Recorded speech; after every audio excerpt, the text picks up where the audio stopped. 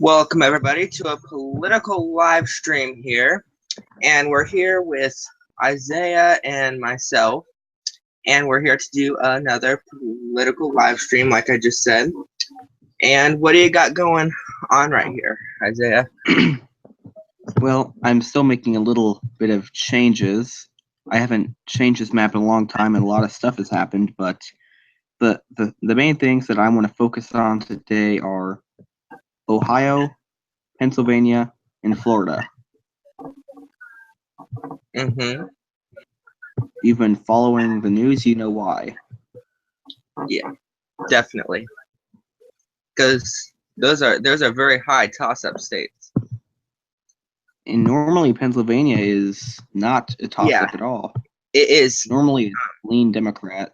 Yeah, traditionally Democrat. And it hasn't gone Republican since, when was the last time it went Republican? Not sure. Me neither. Yeah, I think it's been a long time. I think it might have been back during the first Bush the last time that went Republican, if I'm correct. Maybe Reagan is the last time that went Republican. I'm not sure. It's either Bush Sr. or Reagan when that went Republican. But to explain that here, what do you think going on? I mean, based on what I've saw from, I'm just going to comment here on Ohio.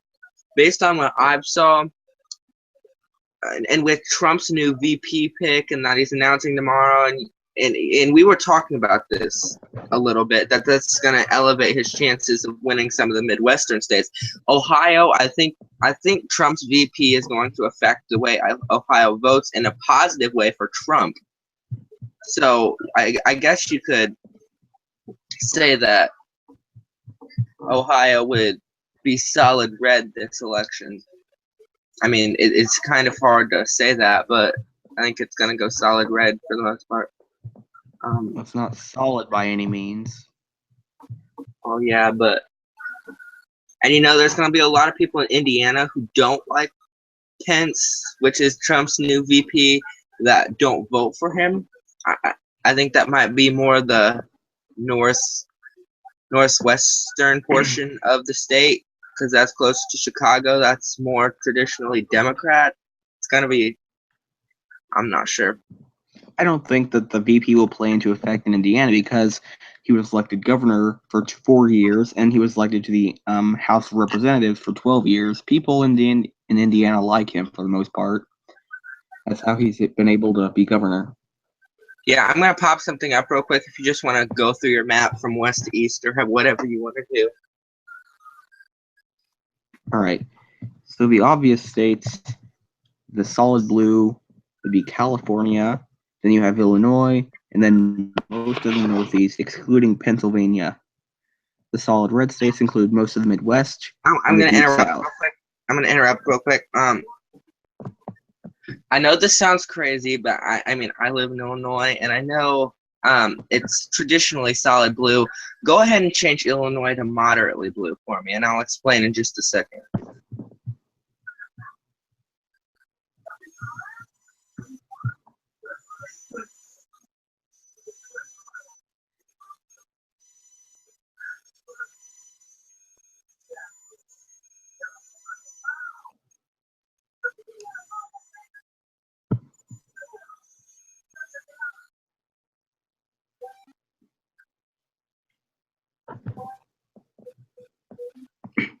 You ready? Okay, coming back. Okay, the reason I wanted you to change it to moderately blue is because our southern population has over the years rapidly become more of a conservative part of our state. A lot from maybe the tri-state, Iowa, Illinois, and Missouri south. And we have some very populated areas. I mean, East St. Louis, Springfield, and then there's a few populated areas north of the Paducah area. And also, if we look, I mean, the southern parts of our state, you find rarely any counties at all that go Democrat at all. It's more Chicago that puts him over the top. And I think the chances this year of Trump winning Illinois, I hate to say this, but are actually actually a little bit elevated this election, especially since Jill Stein's on the ballot, and there's been some talk over portions of northern Illinois, not including Chicago, about Jill Stein. So that's why I suggested moderately for Illinois, because Jill Stein once takes the northwestern parts of Illinois, then Trump takes the southern portions of Illinois. That leaves Chicago and maybe the west central portion of the state going for Hillary Clinton, and that's not a big amount considering we have all the rural area and a few populated areas included in that too. I still think Illinois is going to go Democrat because of votes from Chicago and Springfield putting them over the top. It might be closer this year, but I doubt that. Yeah. I'm going to share my screen real quick because I have an interesting map, and you might want to jump over here and look at this. This is going to give us a good idea of, are you looking at it, or I'm not sure. It's not screen shared yet. Okay, I shared it now. There. This is CNN's Magic Wand. I love this thing. I really do. It's an interactive map that anybody can access. And here is the race between Democrat, not sure what his first name is, and Pence here. And of course, this was a really tight race. Can you see how tight the race was, Isaiah? 2%, but the counties aren't showing. 2% difference. Yeah, and I know the counties aren't showing. I'm going to reload that real quick because of that. I really want the counties to show because that's important right now. Oh, it's not going to do it. Okay, so I'm going to scroll over the counties and show you. Well, here's Gary's. This is one of the populated areas in portions of northwestern Indiana. And if you look at Lake County right there, the county that Gary is in, Lake County has 67% for Greg there. So if they reject that Donald Trump picked Pence for his running mate, then there's a good chance that Gary and Lake County in general could go for the Democrats this election. Same in South Bend. It's a little bit closer of a margin, but St. Joseph County went for the Democrats in this governor election in 2012, so there's a good chance that they could reject Pence like they did in 2012 and go for the Democrats. In Indianapolis, Greg won by a big margin there. So if by chance, I mean, the northern portions of north of Indianapolis, Pence won. South of Indianapolis, it's mostly, well, there's one county that Greg's in. That's the most populated county right there, including Indianapolis. Marion County right there, 59-36. So if they reject Pence there, there's a good chance that that could go to the Democrats this election. Down here around the Evansville area, that's another populated part of southern areas, and you can see everything around Evansville, from Knox County, Indiana, all the way to all the way to Spencer County, Indiana, and south of that, all went for Pence by wide margins there. So that's going to be interesting there. Let me ask you something. What? Turn on the presidential map for 2012 in Indiana, because that might show you a better story. Yeah, here. Indianapolis, all these counties that I just said are very populated for them could get that they all go Democrat. So, I mean, Romney won 54-44. That's not a huge margin, but you can see there it's pretty self-explanatory. They went, if Hillary wins in this county right here, or I'm not sure what county that is, so I'm gonna switch back to governor. Hillary wins right here, and oh geez, I'm not seeing the counties down. And I went to Illinois. Okay, if Hillary wins Marion County, Hendricks County, Boone County, and Hamilton County, there's a good chance that she could win that. Just the 10% margin that Romney beat Obama back in 2012. If we go to 2008, though, and presidential map for this, you can see there's even this county down here around Evansville. I believe that's the county that. What? Vanderburgh. I don't know what you're saying, but yeah, that county right there. went for Obama. So if Hillary can basically imitate this Obama map, you can see Obama beat McCain by 1% in Indiana in '08. If Hillary can just mimic this map right here, campaign in Evansville, Indianapolis, Fort Wayne, South Bend, Gary, these very populated areas, there's a good chance that Hillary could take. And I've never dissected this before, but now that I'm seeing it real person right here, there's a good chance that Hillary could, or Indiana could lean towards the Democrats this election. Back to you. I'm just working on my map a little bit. Okay, do you have anything to say about what I just said?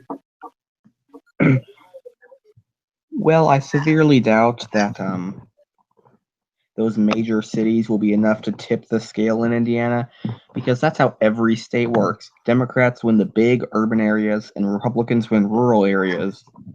That's how it's always gone, and I don't think it'll change this election cycle. Mm-hmm. I wanted to pop this in right here. Look, I just wanted to show you this right now.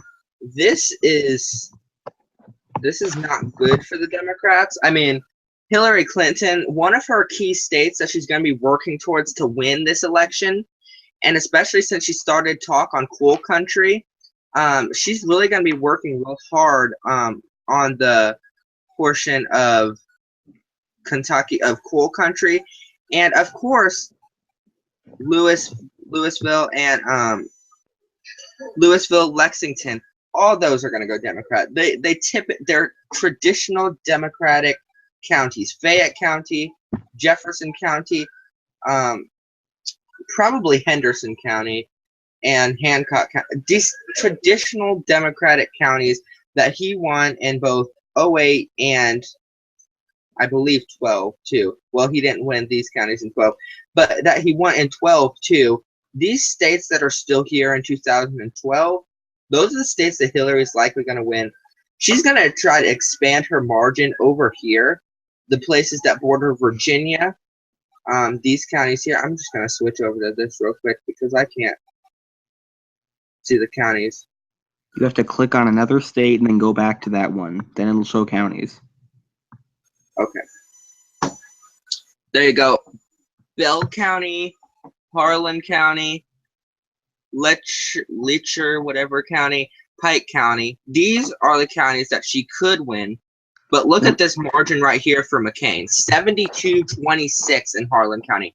This gives you a good idea of coal country. It really does. Coal country. Let me tell you something. Right Let me there. tell you something.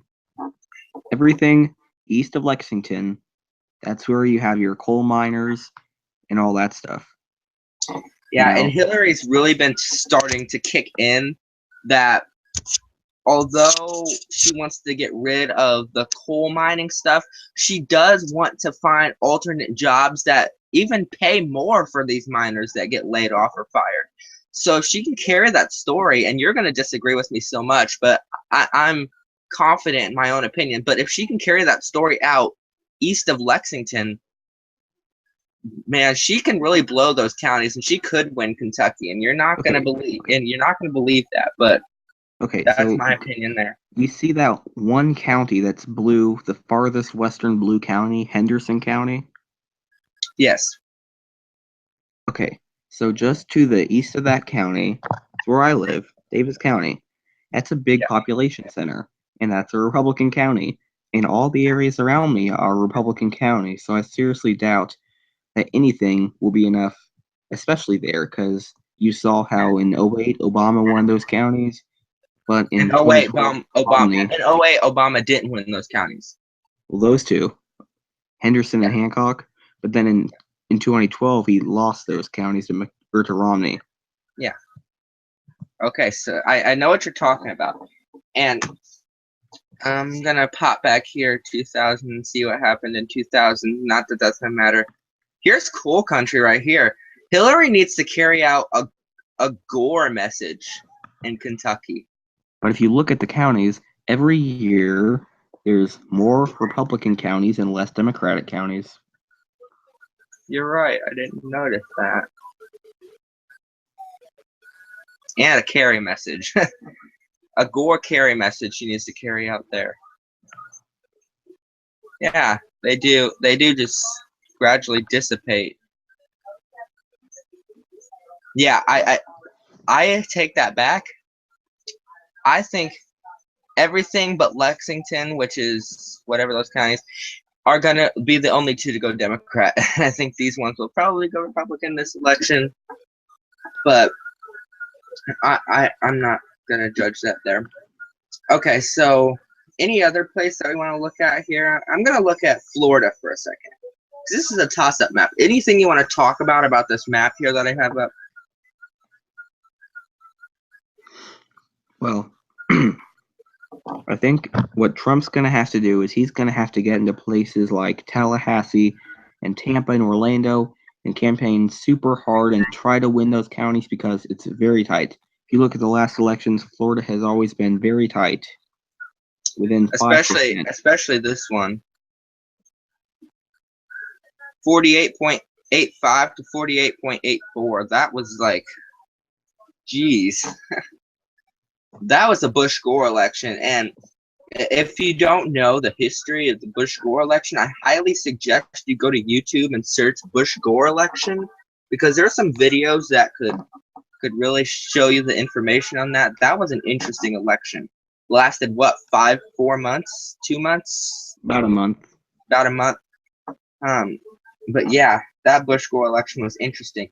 And Isaiah, I wanted you to answer this for us. What are the possibilities that we'd have another Bush-Gore election this election? Very small, relatively none, most likely. If by Bush-Gore you mean that there'll have to be some recounts, I'm sure, but the fact of the matter is the Bush-Gore election was so close, and because of a third-party spoiler, no candidate was able to reach a majority, and actually Bush was only leading by around 500 votes. I do not think that will happen again. Not for a long time. I wanted to point this out. This is Georgia, and I'm surprised that Gore didn't win this here, because he gets all the population centers. Augusta, Athens, Atlanta, Columbus, except for Savannah down there, but he gets all.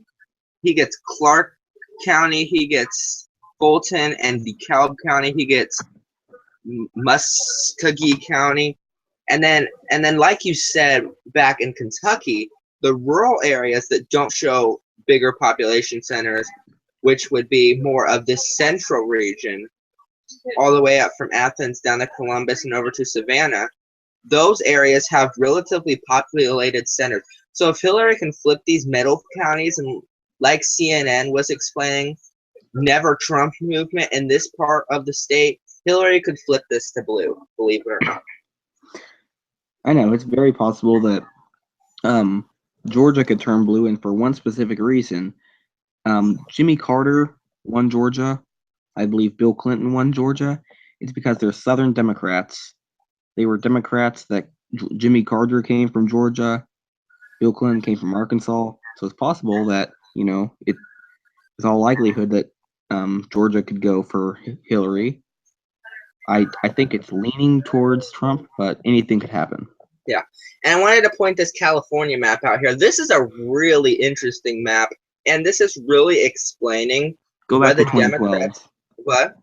Go back to 2012. This is really explaining why the Democrats really win these states. I mean, these outer, rural areas, they don't go Democrat. This county, I'm gonna switch this here.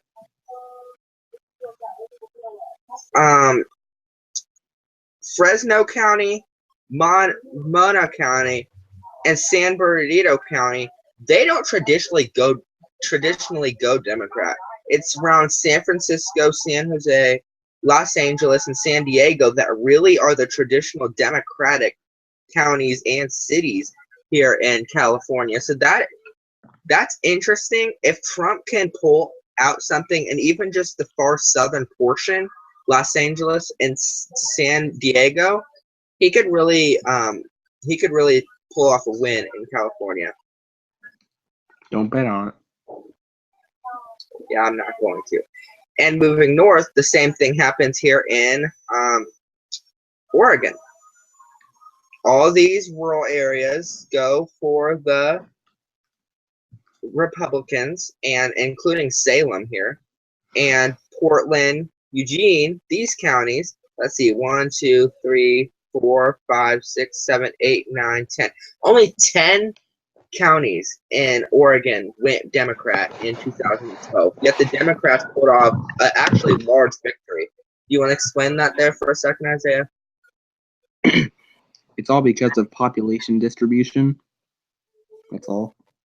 What's worth more, 5 big counties or 20 small counties? And typically the Democrats, they pool into cities so that they can really get votes out.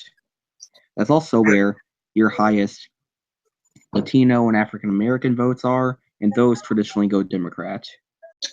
Yeah, and you told me earlier on a private message that that Hillary had, or Trump had I know what you're gonna say. % of the African American. There was polls that came out in Ohio and Pennsylvania showing that Trump literally had 0% of the African American vote. In Pennsylvania, right? And in Ohio. In Ohio only? Oh, just Pennsylvania and Ohio. Okay, I wanted to point this out here. This is the black population in Pennsylvania. Right there. You can see Philadelphia, Pittsburgh. There really isn't a high, but you can see the places that do have high African American votes go Democrat almost every time. You see that? But you can see these counties that go red have a low African American vote. Those are the counties that are probably going to vote Trump. These are the counties that are probably going to vote Clinton. So just for fun, I'm going to say 52-47 again. Heck, it's going to be close to that. I think Hillary will pull it off. I think it's going to be mimicking Obama here in Pennsylvania. That's all I have to say about that. Let me just mention something. Democrats are lucky that it's a winner-take-all system, because if the electoral votes were determined based off of counties won, Republicans would win almost every time. This is what I think is going to give Hillary Ohio. All these population centers have such high African American votes. Look at that. Cincinnati, Dayton, Columbus, Cleveland, Akron, Toledo, all of those counties have very, very high black votes. And you said 0% of the African American vote is going for Trump in That's just Ohio one as poll. well. That's probably not even right. It's just a poll. Probably, but still. Unemployment is something else that Hillary's fighting for. This is the unemployment map here. Look at that. That's ridiculous. That really is ridiculous. Do you see that, Isaiah? Mm-hmm. That's why this is one time that a Republican could definitely win Ohio, because in this election, you have one candidate who was for NAFTA and TPP that outsourced jobs, and then you have another one who's actually delivering a populist message, Trump. And I think that he could win over these voters with jobs. Unemployment's very high in those areas, and that's where Republicans won last time. This is how I think about it. Hillary didn't, or she agreed with NAFTA.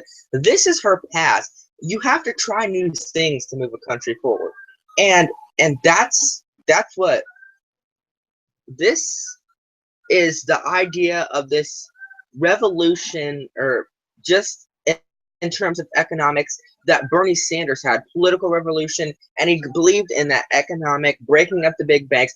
America's never attempted that before, according to what I've read. So that's trying new things. That's moving our country forward. And if you agree with Bernie Sanders, then you certainly agree with Bill Clinton. And NAFTA was something new. NAFTA was something that we had to try, and it was tried previously in the for a short time in the George Bush election.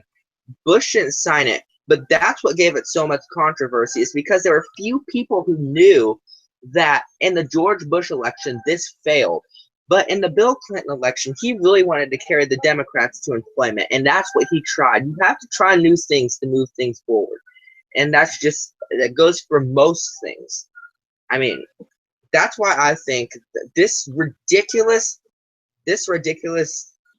stuff about Hillary Clinton supported NAFTA. You have to try new things to move the country forward, and it's just you can't just keep going what the previous president did. I mean, of course Hillary is going to do that. She's Democrat. She's liberal Democrat. She's going to continue that. But she's not going to do anything with this supporting NAFTA. I mean, if she's you have to try new things. That's just my message I'm trying to get through. That's my message. So, how about you ask someone who had their job shift off to China how well the country has moved forward because of NAFTA and TPP and other free trade agreements? Well, okay. Once again, you're trying to pin me up against this. Everybody moved. It moved their jobs. It did move their jobs. But my message I'm trying to get through to people whose jobs didn't. Hillary's going to create new jobs. She has a plan to create new jobs. Donald Trump, you ask him how he's going to create jobs. This is what he said. Well, I've been talking to myself about how I'm going to create jobs. You're not talking to anybody. You're not going out and meeting people in businesses. Your businesses have failed. You've been bankrupt. That's not somebody you elect for job creation. That's not somebody you elect for just repairing how NAFTA affected our nation. That is not somebody you elect if you want your job back. I'm saying that right now. That's not somebody you elect to control your business or anything. That's just That's not a popular opinion you have there. Polls came out in Ohio, Florida, and Pennsylvania showing that a majority of people think that Trump will be better at creating jobs than Hillary in those key swing states. He can't. He can't. They haven't realized it yet. But if you look at the continuous speeches for Donald Trump, well, wait, he doesn't release his transcript. But anyway, what is his plan? I want to ask you right now, what's his plan to create jobs? That's my biggest question right now. For all the swing states and for you right now, Isaiah. What's his plan that will get this country forward to create jobs? Well, I don't think that what he's doing is going to work, but what he says he's going to do is he's going to start attacking those trade deals that have been shipping off jobs. He's going to bring back jobs from China and Mexico. He's going to make sure that more jobs don't get outsourced and add fines, I believe, on companies that try to leave the country. Okay, but how's that going to – that's not going to help our economic system. Our economic system will crash if that's how he thinks he's going to control this country in terms of unemployment rates and stuff. He's not legit about anything. He's not. Actually, I think that might work. He can say anything he wants, but that's not going to work. For me, especially for a Democrat, he's trying to pull in voters like me. I'm not a voter, but I'm pretty well aware of how this election is playing out and what their views are. And a Democrat like me would never, ever, ever go for him. And that's who he's trying to pull in. That is what he's juggling here in Philadelphia and Allentown and Pittsburgh and all those counties. That's what he's trying to juggle with. And if he really wants to show us how he's going to do that, then he really needs to stand up and be like, look, he needs to go to businesses. He needs to tell them, he needs to tell us his plan, and he's not doing that. There's states like Illinois right now. Illinois has the largest unemployment rate in the United States. Look at that right there. You see that? Actually, it doesn't. From what I read, it does. 12.2%. That's larger than the American national average. This is my county right here. Knox County right here. That's my county. And he seems to think he can win that. But if you look at that, that's a very large margin. by Obama. So pretty much the whole District 17 congressional district went for Obama. That's who's going to go for Obama. Again, District 1, District 2, all those are going to go for Obama in terms of congressional district. They voted governors for Democrats. If you look at this, there was no race. Dang it. 2014. Hang on. Alaska, the highest unemployment rate as far as states go is Alaska. Illinois is second, but their rate is declining. Our rate isn't declining. I wanted to point this out here. This is the only time we've really voted a Republican for governor. Right now, this is Ronner, and the only county that didn't go for Ronner was Chicago, and that was the home city of the previous governor. So, and look, 92% reporting. They're still counting the votes. Well, so let me just mention something. I'm looking at the list of states and territories by unemployment rate. The highest is Puerto Rico with around 12%. In fourth is Alaska with 6.7. In fifth is Illinois with 6.4. Fifth percent.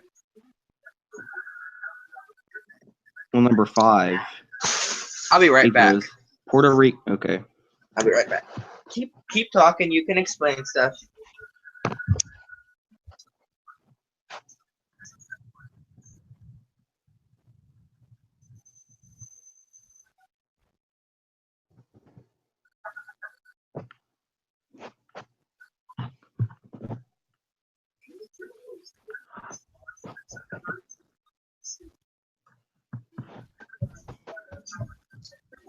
Sorry about that. I didn't want my computer to go dead right in the middle of our little election discussion. Okay, well, Illinois has a 6.4% unemployment rate, and its monthly change is minus 0.2%, which means that it's improving. By 0.2%? Per month. Oh boy. But how many people actually lose their job after that? We're not creating jobs in Illinois. Well, our actually, governor's a piece of crap.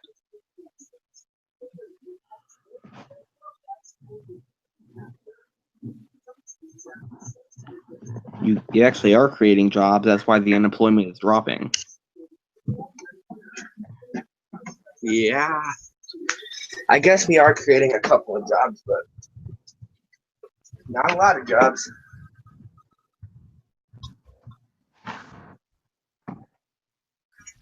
Okay, so moving on. Do you have anything to talk about, Isaiah? I know you have something to talk about. Your unemployment rate has been dropping since about 2010 after the recession. And it's just slightly higher than the national average. I'm going to check that out right now. From 2010, you said? From 2010? Just go to Google and search unemployment rate Illinois. Actually, I'm going to check the map right now, because this is going to be more. Check that out. This is the biggest unemployment rate we've had right here. 2010. If we go to 2012. That unemployment rate was that unemployment rate was from August 2014. Look at your map before you start talking about it. Oh geez. Why is it doing that? That's the only one they have. It's always been from August 2014. Oh boy. I'll tell you when we lost the most jobs. That's when Blagojevich was our governor. Have you ever heard of him? Nope. No? He stole money from Illinois. He's currently in prison. And just because that particular governor was in office means nothing, because if you look at it, the only reason the unemployment rate ever got high was because of the Great Recession. I heard you.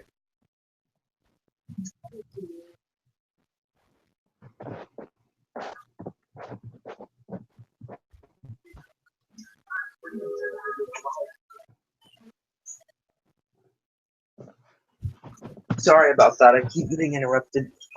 Sorry for the interruption there. I promise I won't walk off camera again today. So, moving over to this 270 to win map. Let's start filling in this map. Washington. I'll let you talk first every time. Well, we'll switch off. I'll talk to you. Okay. Well, look at the picture I just sent you first of all. Okay, 6.0 as of August 2015. Yeah, it has been dropping. You're right. Moving on, though. I'll check that later, and I'll talk to you about it later, but let's start this right now. So, Washington. Probably Democrats. Same thing with Oregon, California, and Nevada. I don't know about Oregon, though. Because up in the populated area, I mean, he could win a couple of those counties. What do you think? I'm not sure. I mean, he could win those, but I'm willing to bet that. Yeah, See, if you look at my map. What? If you look at my map, I already have pulled up. I've put Oregon under a light blue. Yeah, leaning Democrat. I mean, I'm just doing the because during the election they don't pop up on the map. They don't pop up on the map. Leans Democrat, moderately Democrat. They pop up solid. So if that state goes Democrat, that's solid right there. What? They should show up, instead of just blue or red. I mean, that's based on the margin. Okay, moving on to California. Of course, Hillary wins that. She wins Nevada. Idaho. Okay, so Bernie Sanders, that I've read, pledges to turn Idaho and South Dakota blue. What do you think about that? Doesn't matter what he pledges. I don't think it's going to happen. True. I've never even heard that before. I said that I've read, so. Arizona, of course, probably going to go red. Utah. Wyoming, probably going to go red. Colorado. It's probably going to go blue. Latest polls have her winning up by around 9 points. That's a good victory. Yeah. And New Mexico. I'd say probably blue. Probably. Texas. Red. Sure. Because I know, I'm just picking on you. Oklahoma. Red. Kansas. Here we go. All the states. What? Red. The Nebraska red. Same thing with North Dakota, South Dakota, Montana, and Idaho. I did that as you said it. Okay. Moving on to this part, which is going to be interesting. Minnesota, Iowa, Missouri, Arkansas, and Louisiana. Minnesota starting. Probably red. The unemployment stuff, the unemployment stuff right there. You think it's gonna go red? Probably. I'm willing. Let's come back to that one because I'm not sure about that one. We'll analyze that when we come back to it. Iowa will probably go red in my view. What do you think? Yep. Same thing with Missouri, Arkansas, Louisiana. Arkansas, if Bill Clinton has anything to say about it, Arkansas isn't going red. It will. Think they won't fall for it? And Louisiana. Wisconsin. Wisconsin, I would say probably blue. Same thing with Michigan. Yeah, Michigan too. Illinois, of course. Indiana, red. I mean, like you said, yeah. And Kentucky, definitely red. Ohio. Don't even touch it. Don't touch it? Okay. Tennessee, red. Dylan, you know the Southern strategy, Yeah. But what about Georgia? Because you said it's very possible that she could flip Georgia. Should we just keep it toss-up in our view? I would put it as lean red, but you could just put it as red. Okay. Florida, which has Trump leading in the polls, by the way, and Marco Rubio still says he despises Trump, apparently. Actually, he So endorsed Trump. he endorsed Trump? Yeah. Well, there's our answer. South Carolina. Red. Red. But then North Carolina. And That's- Virginia, I think, could go blue. That speech there with Obama was really good. I don't know if you watched it. Of course you didn't watch it, but it was really good. West Virginia has Trump winning by like 700 points. So, Pennsylvania.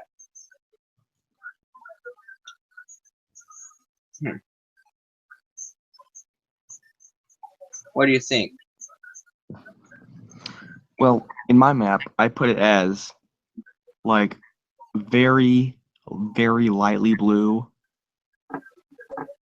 Kind of gray. Well, if you look at it, it's a little bit blue. Yeah. I'm not gonna touch that for a second. We'll come back to that one too. And New York, blue. But Trump does pledge to win New York. But do you think they're gonna fall for it? Don't say fall for it. I just don't think they're going to vote that way. Yeah, I don't think so either. Vermont, probably blue. And you've been talking about the endorsement of Bernie Sanders really affected Hillary's campaign in a negative way. Well, yes. The recent endorsement after that, Jill Stein apparently received about like 1,000% increase in her fundraising, as well as 40,000 new followers on Facebook and nearly 5.5 million mentions on Twitter. She's been gaining popularity. At least it appears to be. So I'm not sure that it worked out very well. That doesn't make. I bet that doesn't make Sanders very happy.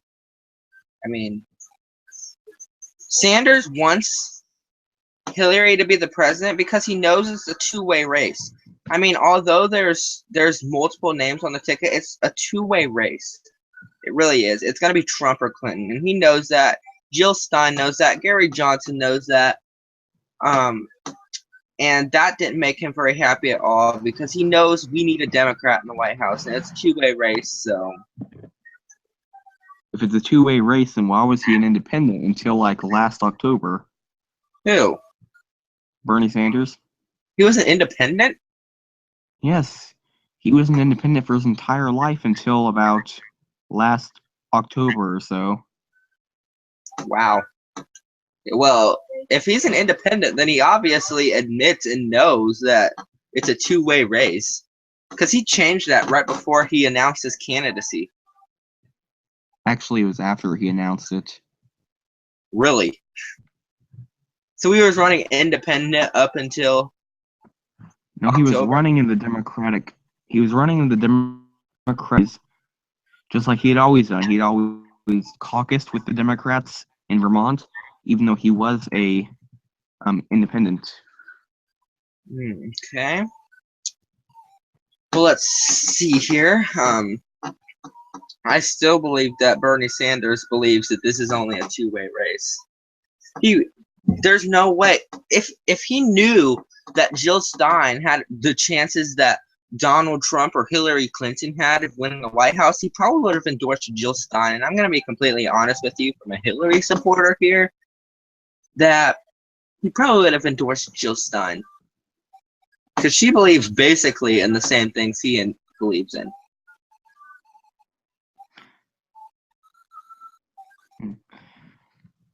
I think that if everyone could endorse who they wanted to win, then Bernie would have endorsed Hillary a while back, or probably Jill Stein, never mind.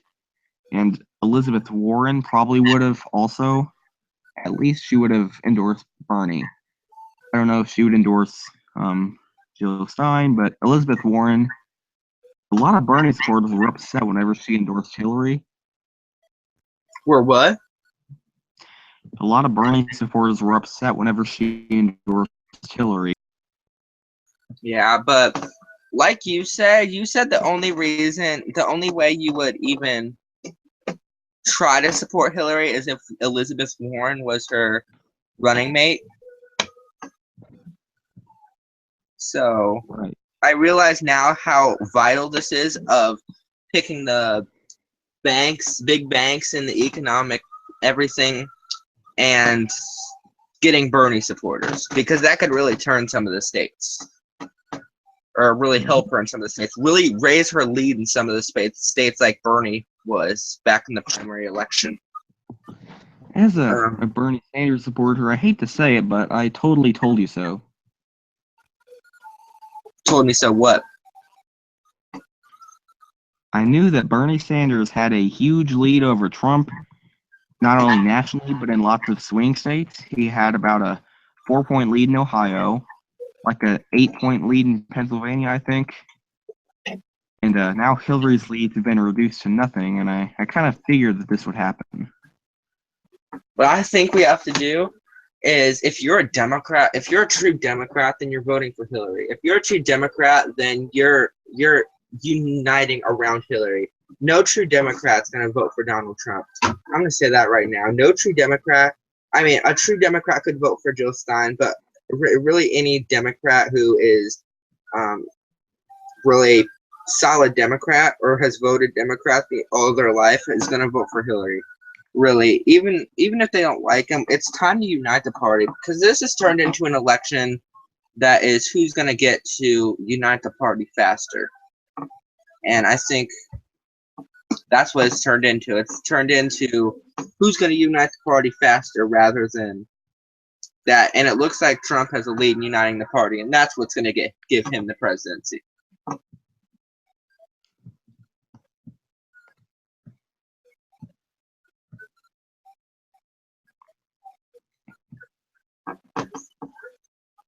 Hello? Well, since Trump has never officially announced that he's running with Mike Pence, Well, he he was going is. to announce it. Well, he was going to announce it tomorrow, but he decided to postpone his announcement because of the terror attacks, or maybe not terror attacks, but the attacks in France. Yeah. So now, We heard about that, by the way. This happened today, yeah, a I couple heard hours about it. ago. So now there's no doubt that Indiana is going to have a Democratic governor. Because you told me there's limited amount of time to find somebody to fill the Republican spot since he's not running for re-election.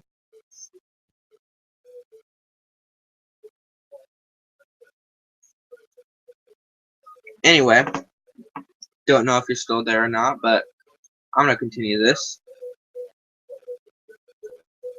Minnesota goes red, Ohio goes red, Pennsylvania goes red. That gets the election to Trump. Check him out here because I don't hear him at all.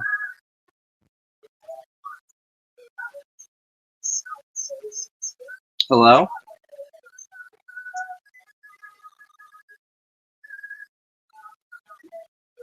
I'm not sure if we still have Isaiah here. I can't hear him. He's not responding. We're gonna wait just a second to hear if he responds.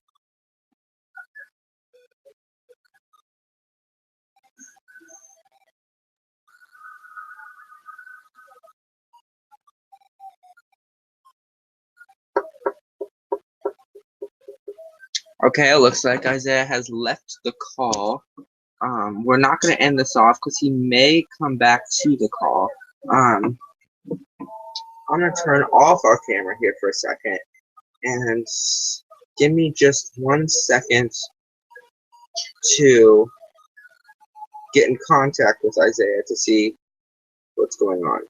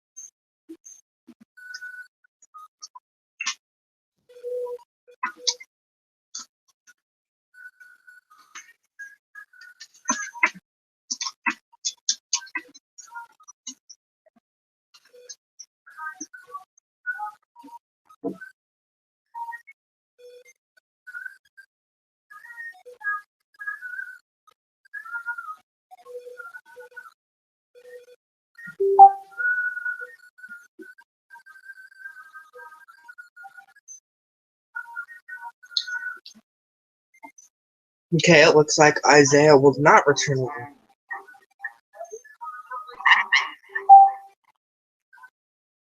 Yeah.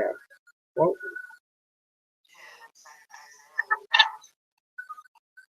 I'm currently watching myself.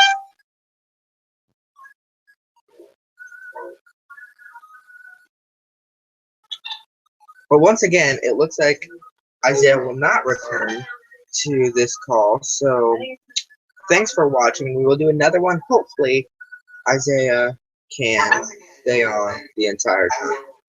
So thanks for watching.